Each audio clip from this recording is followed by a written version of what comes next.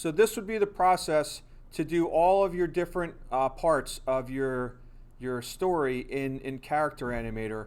And then all you'd really have to do in Premiere is add your logo. Actually, you know what? You might even be able to, no, actually, I'm sorry, you can't. You can't import a video into Character Animator. I remember trying to do that with our Veterans Day video. So you would still have to export this whole thing that we would make in here, and then add your title and your credits in Premiere.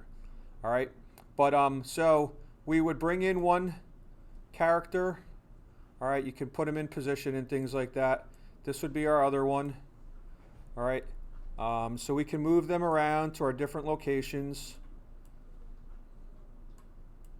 All right, you can also, because we think about our background and our scenery, right?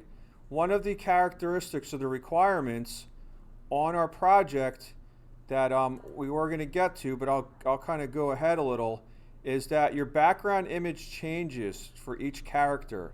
All right, and I think that's going to add some realism to it, in that if you had the same background throughout, it's not going to look like your camera angle's changing. All right, so what we can do here is, after our characters or our puppets are placed in, we could then, let's see if I can bring in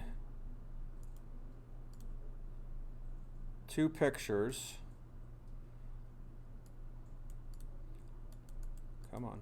So if I file, import, let's just grab 2 random pictures. All right, I don't want another person. These are all my Halloween pictures. So let's go, I know I have some pictures in here.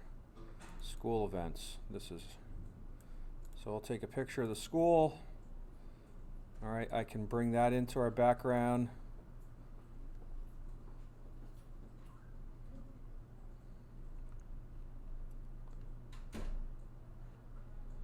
All right, I can then bring in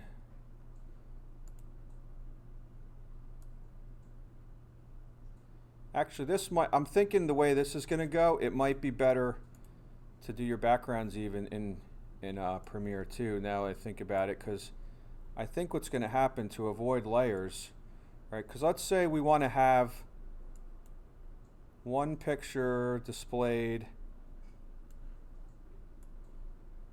at one point and another for the other person, right? So we have that going to that, right?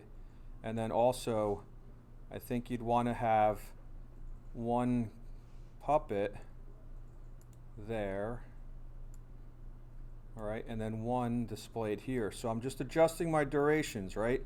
So this would be the background for that character, and then it switches to that, kind of for a different perspective, right? So the problem here then is, let's say if we want to have this one again, I guess we can just copy and paste. Does that work? No. I guess we could always just drag it down again. Yeah, all right, so that's actually not too bad. So we could just do something like this so that we see this person again. And then you could use your scenery again. So image 6788. I would try to keep your layers kind of grouped together like this. All right, but that's going to allow you to go back and forth, all right, between your different characters, right? So you have this person talking, then this one. There's a little overlap there I would have to fix. And then back to this one, all right? So that's going to give you the impression of changing of your camera angles. All right, I'm just going to move this one up here too, just to keep my layers grouped together. All right, so there's your image, all right, setting up your story, all right, between your different backgrounds. Now for your audio, you're going to do something very similar to there. So let's just say this was our audio. I'll drag it down to here, try to visually keep it in order. All right, and then all I'm going to do, like we did before, we're going to select our puppet. In the past, and we just did timeline and compute from audio, and it applies that to that. Now in the morning, I was trying to do that, and I think we had an issue though. It gave me an audio message, which I didn't see this time going around. Let's see if I get it here. So that would be this scene, or this part of it. So if I play it,